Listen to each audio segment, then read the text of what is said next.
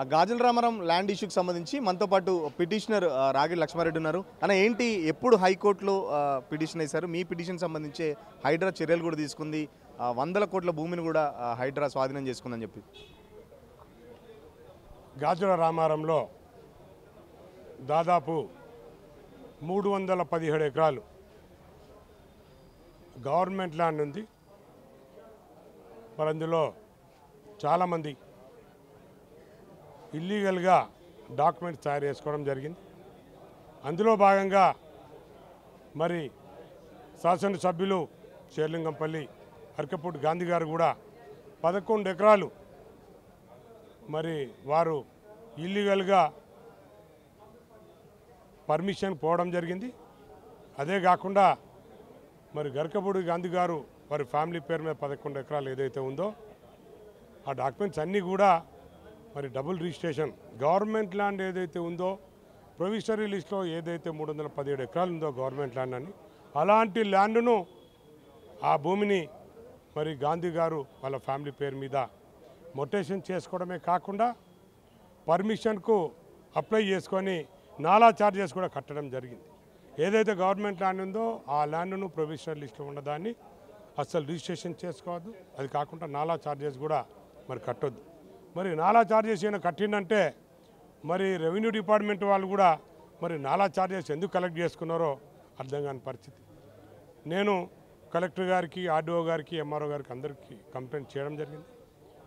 మరి గౌరవ శాసనసభ్యులు కూకడపల్లి కృష్ణారావు గారు కూడా మరి వాళ్ళు కూడా మున్సిపల్ అథారిటీస్కి పర్మిషన్ ఇవ్వద్దని చెప్పి మరి జిహెచ్ఎంసీలో కూడా కంప్లైంట్ ఇవ్వడం జరిగింది. మరి దీన్ని బేస్ చేసుకొని నేను 10 రోజుల కింద హైకోర్టుని ఆశ్రయించడం జరిగింది. మరి ఇట్లా తప్పు జరుగుతుంది, 15,000 కోట్ల ప్రాపర్టీ అని చెప్పి మరి హైడ్రా కమిషనర్ గారు రంగనాథన్ గారే చెప్పడం జరిగింది. మరి నిజంగా దాని ఆస్తి విలువ 15,000 కోట్లు ఉంటుంది, మొత్తం 317 ఎకరాలది. అలాంటి ప్రాపర్టీని మరి పెద్దబాబులందరూ కూడా 11 ఎకరాలు ఈయన ఏదైతే మరి కబ్జా చేయాలని చెప్పి మరి ఇల్లీగల్గా ఈయన పర్మిషన్ తీసుకోవాలని చెప్పి గాంధీ గారు ఏదైతే చూస్తున్నారో అది గవర్నమెంట్ ల్యాండ్ కాబట్టి మేమందరం కూడా నేను కోర్టు పోవడం జరిగింది. రెవెన్యూ అథారిటీస్ని పార్టీ అన్నట్టు అరకపూడి గాంధీ ఎప్పుడు ఆక్రమించుకొని చేశారు. ఇంకొకటి ప్రచారం జరుగుతుంది ఇక్కడ, మీ పార్టీలో నుంచి వెళ్ళిపోయాడని చెప్పేసి కక్షగట్టి కూడా కేసు వేశారని చెప్పేసి, అంటే పిటిషన్ వేశారని చెప్పేసి కూడా ప్రచారం జరుగుతుంది. అలా ఏం కాదు, మేము కక్షగట్టి ఆయన మీద కంప్లైంట్ చేస్తే మరి హైడ్రా కానీ రంగనాథన్ గారి ఎవరే కానీ ఎవరున్నా ఏమున్నా కూడా ఈ రోజున ప్రభుత్వం ఆయన కూడా మరి గవర్నమెంట్లో ఉన్నాడు కాబట్టి, ఆయన రూలింగ్ పార్టీలో ఉన్నాడు కాబట్టి మేము చెప్తే వినే పరిస్థితి ఉండదు. ఇవన్నీ ఉట్టుమాటలే, అది నమ్మొద్దు. ఎందుకంటే గరకపూడి గాంధీ గారు అయితే 11 ఎకరాలు కబ్జా చేసాడు, ఇల్లీగల్గా ఆయన మొటేషన్ చేసుకోవడం కాకుండా ఇప్పుడే మీకు చెప్పడం జరిగింది. మరి అంత కాస్ట్లీ ల్యాండ్ను ఆయన మరి నాలా ఛార్జెస్ కట్టి కూడా మరి మున్సిపల్ అథారిటీస్ని ఆయన అడగడం జరిగింది, పర్మిషన్ అడగడం జరిగింది. అవన్నీ కూడా ఆగిపోయినాయి. మేము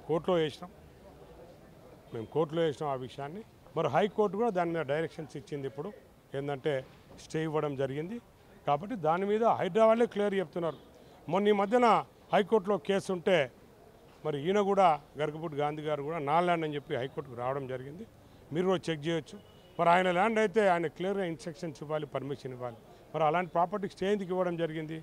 అక్కడ హైడ్రా వాళ్ళు క్లియర్గా ఇది గవర్నమెంట్ ల్యాండ్ అని చెప్పడం జరిగింది. మీరు అతి త్వరలో అది గవర్నమెంట్ ల్యాండా లేకపోతే అది గాంధీ గారి ల్యాండా అనేది మీకు అతి త్వరలో తెలుసు.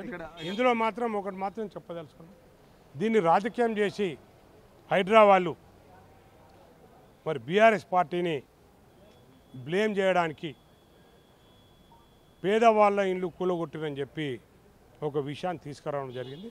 మేము ఎప్పుడు కూడా బీఆర్ఎస్ పార్టీ అయినా, కేసీఆర్ గారైనా, కేటీఆర్ గారైనా, హరీష్ రావు గారైనా, మేము ఎవరైనా కూడా పేదల పక్షాన ఉంటాం. పేదవాళ్ళకి ఎప్పుడు కష్టాలు వచ్చినా కూడా మేము చూస్తున్నాం, వాళ్ళ కష్టం రావాలని చూస్తుంటాం, వాళ్ళ గురించి ఫైట్ చేస్తుంటాం.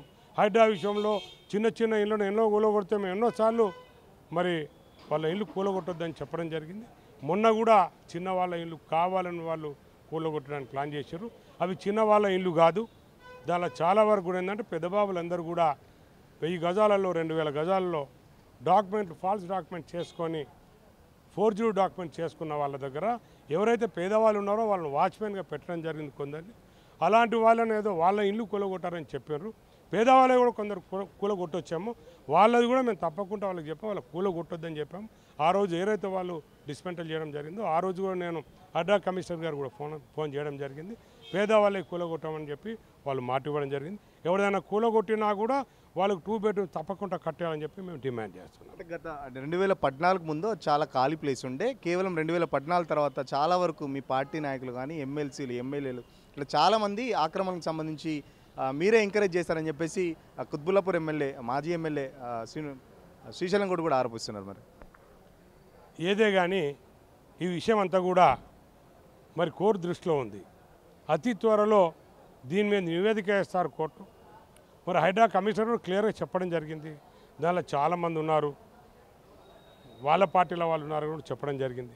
వాళ్ళ పార్టీల వాళ్ళ మీద ఈయనది ల్యాండ్ అని చెప్పి కూడా డైరెక్ట్ హైకోర్టుకు వచ్చి కూడా చెప్పడం జరిగింది. అదంతా కూడా అతి త్వరలో కోర్టు డిసైడ్ చేస్తానని చెప్పి నేను తెలియదు. అసలైన తొలి వెలుగు. ఫాలో వాట్సాప్ @తొలి వెలుగు official.